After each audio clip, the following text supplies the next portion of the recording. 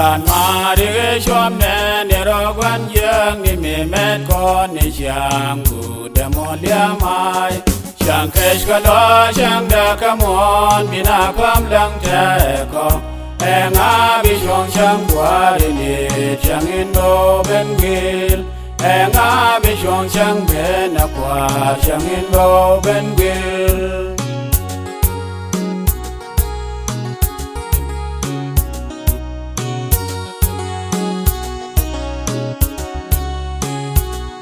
Warti pulang reza ni dia mi show mi gabala dolat ka baji puan Shang kesh kalo shang da kamon ni na pam lang ta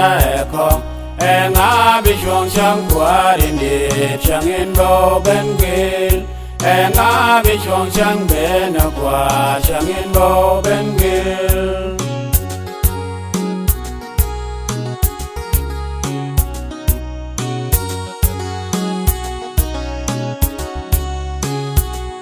Yo kwa ben bine kadia in para kan shanke ne wa des loy derong shanke shkalo shang da kamon bina pam lang te ko enga bi shong shang kwa din di shang in bo ben gil enga bi shong shang ben kwa shang in bo ben gil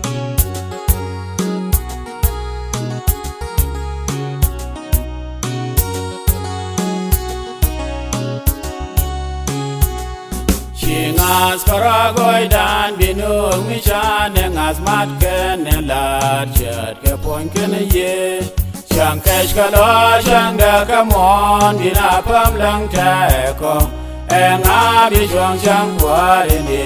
shang in bo ben gil enga bi shong shang ben kwa shang in bo ben gil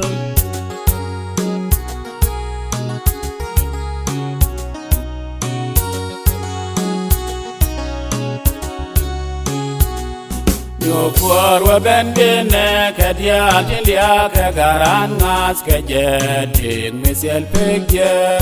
shang kesh kalo shang da kamon bina pam lang ta ko enga bi shong shang kwari ni shang in bo ben gil enga bi shong shang ben kwa shang in bo ben gil